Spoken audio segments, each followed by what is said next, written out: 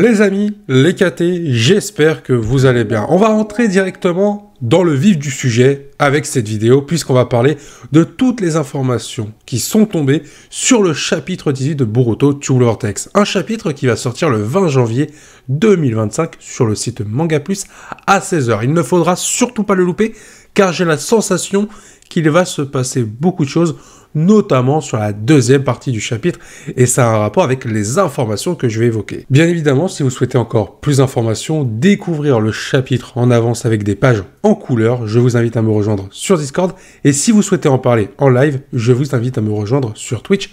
Tous les liens sont dans la description. On commence avec la preview du chapitre 18, Boruto et Kawaki défient les Senju, et pour ce qui est de la page qui nous a été présentée officiellement, on voit Matsuri et Konohamaru en train de discuter avec une Matsuri qui se confie de plus en plus. On va commencer par parler de cette page qui a donc leaké officiellement de la part du site Naruto et Boruto, une page qui nous montre Konohamaru en plein dans sa mission pour retenir Matsuri pendant que les autres sont en train de s'occuper de Ryu.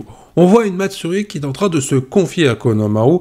Elle ne sait toujours pas visiblement ce qu'elle ressent pour lui. Konohamaru le sait, il comprend qu'elle est amoureuse de lui. Matsuri essaye d'être tendre avec Konohamaru. Ce que je vois clairement sur cette page-là, alors oui, on a l'impression que le plan se déroule à merveille. Et certainement qu'à ce moment-là, il se déroule sans accroc. Mais il y a plusieurs paramètres à prendre en compte. Déjà, le fait que Ryu est en train de se faire piéger par Mitsuki, Sarada, Yodo et Araya.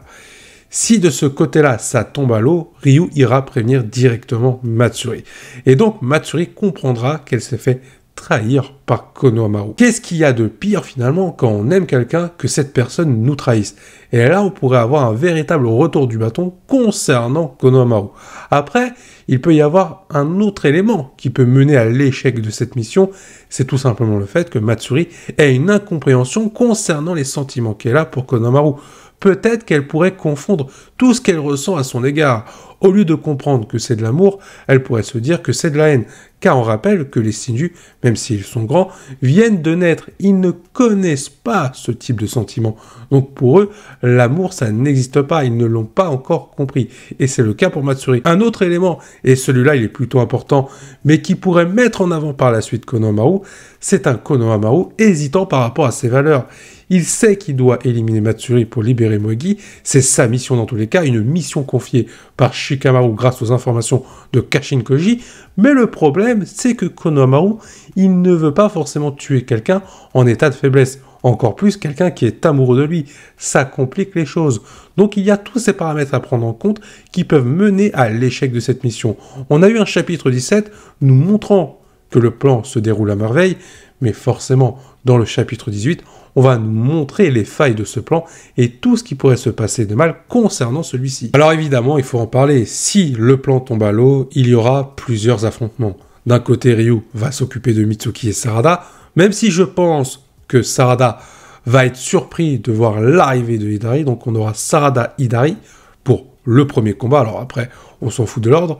Mitsuki contre Ryu, Mitsuki qui sera épaulé par Yodo et Araya, parce que eux veulent libérer à tout prix Shinki, ça rajoute de l'enjeu, ça peut mettre en avant Mitsuki face à Ryu, et il y a pas mal de choses à développer avec le teasing qu'on avait eu dans l'anime concernant l'affrontement Shinki-Mitsuki. Là, on aura Mitsuki contre son alter ego Ryu. Et bien sûr, de l'autre côté, on aura le combat Konohamaru contre Matsuri. Des combats qui permettent de développer tous les protagonistes, de mettre en avant peut-être Matsuri aussi par rapport à ce qu'elle ressent. Peut-être qu'on va découvrir que les Senju finalement, ils naissent purs, mais que leurs intentions est influées par rapport aux actions des autres. On pourrait avoir un petit retournement de situation. Pareil, il y avait eu des théories concernant Hidari, comme quoi celui-ci pourrait s'allier à Sarada. Je n'en vois pas l'intérêt. Je pense que Hidari est là pour mettre en avant Sarada vis-à-vis de tout ce qui se passe autour de Sasuke. Mais revenons déjà sur chaque combat. Alors Mitsuki, j'en ai déjà parlé, je ne vais pas revenir sur lui. On va parler de Konohamaru versus Matsuri. À première vue, c'est le combat qui semble le plus déséquilibré quand on connaît le niveau de Konohamaru dans Boruto Tube Vortex et dans Boruto tout court.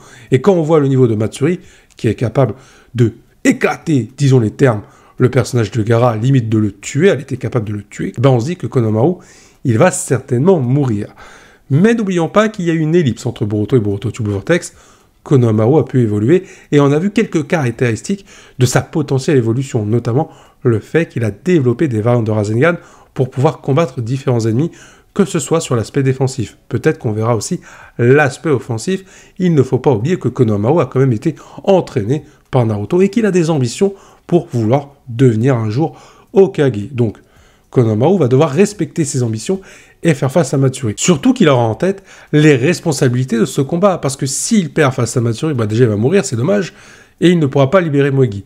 Il aura l'objectif, il va se surpasser pour sauver Moegi en battant Matsuri. Ce qui peut être intéressant, même très intéressant, j'ai envie de dire, c'est de voir un Konohamaru qui, certes, va aller au-delà de ses limites, mais voir un personnage utiliser, pourquoi pas, le style de combat qu'avait utilisé autrefois son grand-père. Peut-être un Konohamaru utiliser le mode ermite des singes, utiliser Enma. On peut voir quelque chose de stylé concernant Konohamaru. Et pourquoi pas, alors là je pense que ça aurait été plus pour le personnage de Mirai, mais on pourrait voir un Konohamaru aussi dans un style de combat similaire par moment à Asuma. Je n'y crois absolument pas. Si on doit faire quelque chose en termes de référence pour Konohamaru, ce sera plus pour le 3e Hokage. Donc, il n'y a que de la surprise à attendre de ce combat, parce qu'en soi, on n'attend rien de Konohamaru. On part défaitiste, on se dit que le personnage est voué à perdre. Mais c'est là qu'il peut nous surprendre, parce qu'il est dans une configuration où cette fois-ci, les membres de son équipe sont du côté de Ryu. Donc certes, il va s'inquiéter pour eux, mais là, il sera obligé de se concentrer sur ce combat. Il n'y aura pas d'autres personnages autour de lui pour le déranger. Il sera totalement focus. Enfin, dans un premier temps, il sera focus, on va dire, à 80%, et les 20%, c'est ce qui va montrer que Konohamaru est faible finalement. Mais on peut s'attendre aussi à une prise de conscience de sa part, qu'il doit faire confiance aux autres pour pouvoir mener leur combat, et lui, il devra s'occuper du sien en battant Matsuri. Maintenant, concentrons-nous sur un potentiel affrontement. Là, on est sur la spéculation. Sarada versus Hidari, le 2e round. La première fois que Sarada a affronté Hidari, il y avait Boruto avec elle. On avait pu voir un super duo. Sarada Boruto avait vaincu Hidari et l'avait même tué. Ils étaient sur le point de libérer Sasuke. Cette fois-ci, Sarada va être dans une configuration où elle sera toute seule. Et en plus, en ce moment, elle est plutôt confuse puisqu'on sait qu'elle pense à sa discussion avec Sumire en lien avec Boruto. Décidément, il est partout dans la tête de Sarada. Mais là, Sarada, elle va devoir se ressaisir. Les enjeux sont importants. Elle doit avant tout, réussir sa mission, et surtout, en plus de ça, c'est l'objectif bonus, si elle bat Hidari, elle pourra libérer Sasuke. Et là, quoi de mieux d'avoir l'alter ego de Sasuke pour mettre en avant Sarada en termes de responsabilité. Parce que l'histoire entre Sarada et Sasuke, elle est quand même très intéressante. On avait un père absent, parce que celui-ci était en mission pour Konoha, aussi pour faire sa rédemption par rapport aux méfaits qu'il a pu causer à l'époque. Donc, Sarada va prendre en compte tout ça, le fait qu'elle a un père qui l'aime malgré tout, et surtout un père qui lui a appris pas mal de choses. On aura une Sarada face à Hidari qui va devoir mettre ses émotions de côté, que ce soit vis-à-vis de Boruto avec tout ce qui se passe du côté de Sumire, mettre ses émotions de côté pour Sasuke. Évidemment, je pense qu'Hidari est plus fort que Sarada à l'heure actuelle. Mais on se doute bien que ce combat va mener à plusieurs phases. On aura Sarada dans une première partie qui va galérer par rapport à tous ses points faibles et qui à un moment donné va prendre conscience qu'elle doit évoluer, qu'elle doit tout simplement assurer par elle-même puisqu'elle a des ambitions, elle veut devenir comme Konohamaru Hokage. Donc on aura une deuxième phase où Sarada prendra sa revanche sur Hidari et cette fois-ci, elle développera le Mangaku Sharingan où elle prendra plutôt conscience qu'elle a éveillé cette pupille à un stade supérieur juste avant l'ellipse. À moins qu'on ait une surprise et que Sarada soit déjà au courant qu'elle a déjà réussi cette prouesse. Mais je pense sincèrement qu'elle ne l'a pas éveillée, pour deux raisons. Déjà, elle était dans un état de détresse quand elle l'a éveillée, et Sasuke ne lui a pas dit. Et la deuxième raison, c'est par rapport aux affrontements qu'elle a pu avoir. Elle a déjà affronté Hidari aux côtés de Boruto. Si elle avait su qu'elle avait le Mangaku Sharingan, je pense qu'elle l'aurait déployé. Ce qui va être intéressant de voir, c'est quand elle va l'utiliser, quelles seront les caractéristiques de cette pupille évoluée. Est-ce qu'on va avoir des caractéristiques différentes de ce qu'on a vu par rapport aux autres utilisateurs du Mangaku Sharingan? À voir. Ne vous attendez pas à voir le Susanoo de Sarada face à Hidari. Je pense que ce sera réservé pour d'autres confrontations. Après, attention, ce n'est encore une fois que de la spéculation. On peut être surpris sur ce que pourrait déployer Sarada d'un coup. Mais là où j'ai peur, c'est si elle dévoile tout d'un coup en termes de caractéristiques, derrière, il n'y a plus grand-chose à développer en termes de potentiel. Donc je pense qu'une fois qu'elle va prendre conscience des qualités qu'elle a, de la puissance qu'elle renferme au fond d'elle, elle va évoluer petit à petit. On aura une belle présentation de ses nouveaux pouvoirs avec ce power-up, et ensuite, on aura d'autres affrontements avec d'autres ennemis qui mettront en avant encore Sarada. Maintenant, on va parler de l'autre morceau que semble nous réserver ce chapitre 18, certainement dans la deuxième partie de ce chapitre, avec la preview du Vengejump. Boruto et Kawaki challenge les Shinju. Alors je pense que c'était plutôt singulier, je pense que ce sera Boruto Kawaki contre Jura. Bon, en soi, c'est un combat qui nous est teasé depuis un petit moment. Kawaki, à la fin du chapitre dernier, le chapitre 17, il est allé voir Amado, il est allé le plaquer contre le mur, il veut récupérer sa pleine puissance. Alors des questions se posent. Pourquoi Amado a fait ça concernant Kawaki? Pourquoi il a bridé la puissance de celui-ci et donc a mis à mal la défense de Konoha? Parce que Kawaki, avec sa pleine puissance, ça aurait été utile face à Code, par exemple. Alors plusieurs hypothèses. Je pense que c'est pour les objectifs personnels d'Amado. Ça, c'est la première hypothèse. Deuxième hypothèse, peut-être que si Kawaki récupère toute sa puissance, donc la totalité de la puissance de son Kama, il pourrait y avoir une malédiction, peut-être le retour de Ishiki. Et ça, Amado le sait clairement. Si Kawaki récupère sa pleine puissance, il sera dans la même situation que Boruto avec Momoshiki. Mais personnellement, je n'y crois pas vraiment, mais ce serait un petit retournement de situation pour expliquer pourquoi Amado a fait ça. Mais je pense clairement que les actions d'Amado sont en réalité par pur égoïsme pour réussir ses objectifs personnels. Des objectifs certainement en lien de près ou de loin avec Shiba Yototsuki. Revenons quand même sur le duo qui se profile, Boruto-Kawaki contre Jura. À quel niveau de puissance Kawaki va se situer une fois que son limiteur sera levé?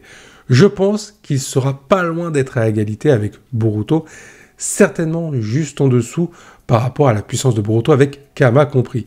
Car souvenez-vous, Boruto a confié une mission à Kawaki. Si jamais celui-ci perd le contrôle sur son corps par rapport à Momoshiki, c'est Kawaki qui devra le tuer. Et c'est ça qui va être intéressant aussi avec ce combat Boruto-Kawaki contre Jura. C'est que Boruto, il va être dans une situation assez délicate. Kawaki, pour utiliser toute sa puissance, il n'a pas d'expérience en tant que shinobi, il n'en a que très peu. Il va forcément être obligé d'utiliser le Kama aux côtés de Boruto. Mais on a vu quelque chose. Quand Kawaki a utilisé le Kama, Boruto a activé de manière inconsciente son Kama également, laissant peu à peu Momoshiki s'emparer de son corps. Ça veut dire que plus le combat va durer entre Boruto et Kawaki face à Jura, plus Boruto va commencer à perdre le contrôle sur son corps par rapport à Momoshiki qui va faire son retour. Il y a fort à parier que lors de ce combat, on ait le retour de Burushiki. Déjà, on aura le retour de Momoshiki, j'en suis quasiment sûr. N'hésitez pas à donner votre avis en commentaire par rapport à ça d'ailleurs. Ce qui pourrait être aussi intéressant, et je pense qu'en termes de développement, on va aller sur ça. Après, je ne suis pas Kishimoto, je ne dis pas la pure vérité, ce n'est qu'encore une fois que des théories. Mais si on doit faire quelque chose de beau entre Boruto et Kawaki avec ce combat face à Jura, il faut mettre Imawari en plein milieu, parce qu'on sait clairement qu'il y a une relation particulière avec Imawari Kawaki. On sait que Kawaki, il considère Imawari pas comme sa petite sœur, mais il est prêt à la protéger, même s'il n'a pas le même comportement que pourrait avoir Boruto avec sa véritable sœur. Et Imawari pourrait se rendre compte que Boruto est bien son frère et non Kawaki. Ça pourrait faire vriller Kawaki dans un sens et peut-être gêner Boruto lors de son affrontement face à Jura, ou même peut-être déconcerter Boruto concernant sa tentative de reprendre le contrôle sur Momoshiki. Il peut se passer pas mal de choses et on pourrait voir pourquoi pas Imawari tenter d'affronter Jura à un moment donné pour un deuxième rematch avec des pouvoirs un petit peu plus maîtrisés concernant ce qu'elle possède au fond d'elle, c'est-à-dire Kyuubi. Pour terminer, on va évoquer quand même le rôle que pourrait jouer le dernier Shinju, notamment Mamushi, l'alter ego de Bug. Car là, on a l'impression que tous les Shinju vont être impliqués, que ce soit Ryu, Matsuri, Jura ou encore Idai. Il ne manque que Mamushi qui a été évoqué dans le chapitre 17, un personnage qui a été capable de déjouer le Senringan de Eda, et celle-ci était très inquiète quant à l'idée que celui-ci pourrait se pointer face à elle. Bien sûr, je pense que ce combat va arriver. On aura Demon plutôt contre Mamushi, un Demon qui voudra protéger Eda. Ce que je vois venir, c'est que dans le chapitre 18, peut-être à la toute fin, voire même dès le chapitre 19 au début, qu'on ait Mamushi qui arrive pour s'interposer face à Eda. Donc on aurait Kashin Koji qui aurait menti juste pour obtenir des informations de Eda en lui disant que voilà, ne t'inquiète pas Mamushi, il n'est pas là, mais par contre donne-moi des informations. On aurait un Kashin Koji qui aurait avancé ses pions pour pouvoir tout simplement servir ses propres intérêts. Parce que même s'il est de Boruto, on ne connaît pas réellement les véritables intentions de Kashin Koji dans sa finalité. Sauver le monde Shinobi, oui, mais c'est ce qu'il a dit à Boruto. C'est pour appâter Boruto. Mais lui, c'est quoi son intérêt dans tout ça? C'est la question qu'il faut se poser. Sur ce, en attendant que vous vous posiez cette question et toutes les interrogations que j'ai pu évoquer dans cette vidéo, je vous dis à la prochaine portez-vous bien, et n'oubliez pas que la volonté du KT soit avec vous. Juste avant de partir, je vous invite à liker et à vous abonner si ce n'est pas encore fait, et à suivre d'autres vidéos qui pourraient vous intéresser, elles sont juste là.